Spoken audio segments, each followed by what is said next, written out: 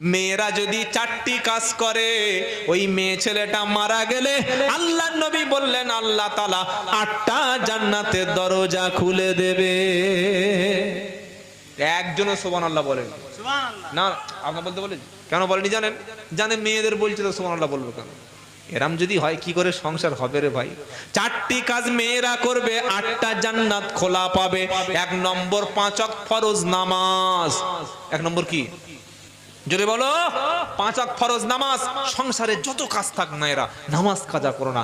নামাজ পড়া মানে তুমি মুসলমান, এটা প্রমাণ দেয়া। নামাজ না পড়া মানে তুমি ইমানদার নও, তোমার মধ্যে মুসলমানিত্ব কিছু নাই।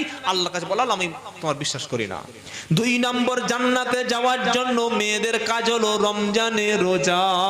রমজানে রোজা যদি করে আল্লাহ পাক তার গুনাহগুলো maaf করে দেয়, বলুন সুবহানাল্লাহ। 3 নম্বর কাজ হলো স্বামীর খেদমত করা, স্বামীর অনুগত হয়ে চলা, স্বামীর মুখের উপরে তর্ক করা, স্বামীর পকেটে হাত দিয়ে টাকা বার করে নেওয়া, কেউ স্বামী কাউকে সাহায্য করছে সেখানে বাধা দেওয়া, স্বামীর কাছে প্রত্যেকটা ব্যাপারে কৈফিয়ত দেওয়া, স্বামী যেটা বলছে তার বিরোধিতা করা, যেখানে যেতে নিষেধ করছে সেইখানে যাওয়া, এটা কখনো স্বামীর খেদমত বলে না। যা বলেছে মাথা পেতে মেনে নিলাম, স্বামীর হাসি আমি হাসি, স্বামী কাঁদলে আমারও দুঃখ হবে।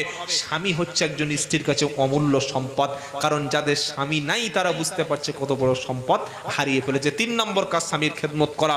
নাম্বার 4, আল্লাহর নবী বললেন মায়েদের জান্নাতে যাওয়ার জন্য ফরজ পর্দা। যখন আপনি বাড়ির বাইরে বার হবেন, মেয়েরা সব জায়গায় যেতে পারবে, হজে পর্যন্ত আল্লাহ যাওয়ার পারমিশন দিয়েছে, বলবেন না সুবহানাল্লাহ? তবে হ্যাঁ, পরিবেশটা যেন ঘরের পরিবেশ থাকে। 2 হাতের কবজি একটা মা কবজি পর্যন্ত খুলতে পারবে, এর বাইরে নয়। খুব প্রয়োজন যেখানে কোনো পরপুরুষ নাই এই মুখটুকু খুলতে পারে, পরপুরুষ থাকলে মুখ ঢাকতে হবে। তাছাড়া গোটা শরীরের একটা পশম পর্যন্ত কোনো পরপুরুষ দেখতে পাবে না।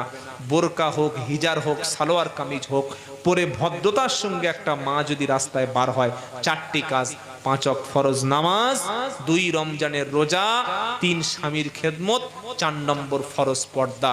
মা যারা এসছেন আপনার 18, 16, 14, 12 বছর মেয়েটাকে এখন থেকে তাকে পর্দার প্র্যাকটিস করান। এখন যদি তার মাথায় ওন্না না থাকে, ও 3 ছেলের মা হলে আর জীবনে বুকে কাপড় দেবে না।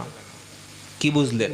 তাই 4টি কাজ প্রত্যেকটি মা যদি করে, নামাজ, রোজা, স্বামীর খেদমত এবং পর্দা, মরণের সাথে সাথে আল্লাহ তাআলা তার জন্য জান্নাতের 8টা দরজা খুলে দেবেন। জোরে বলুন সুবহানাল্লাহ।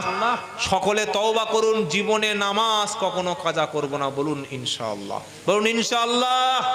আর জীবনে কখনো সুদের মাল, বন্ধনের মাল, গ্রুপ লোনের মাল খাবো না, আজ থেকে তওবা করে ছেড়ে দিচ্ছি, সকলে বলুন ইনশাআল্লাহ, বলুন ইনশাআল্লাহ। আগামী কাল থেকে আমরা ইমাম সাহেবের কাছে বসে কোরআনটা, ইসলামটা, দিনটা শিখে নেব, বলুন ইনশাআল্লাহ। আল্লাহ আমাদের সবাইকে কবুল করুন।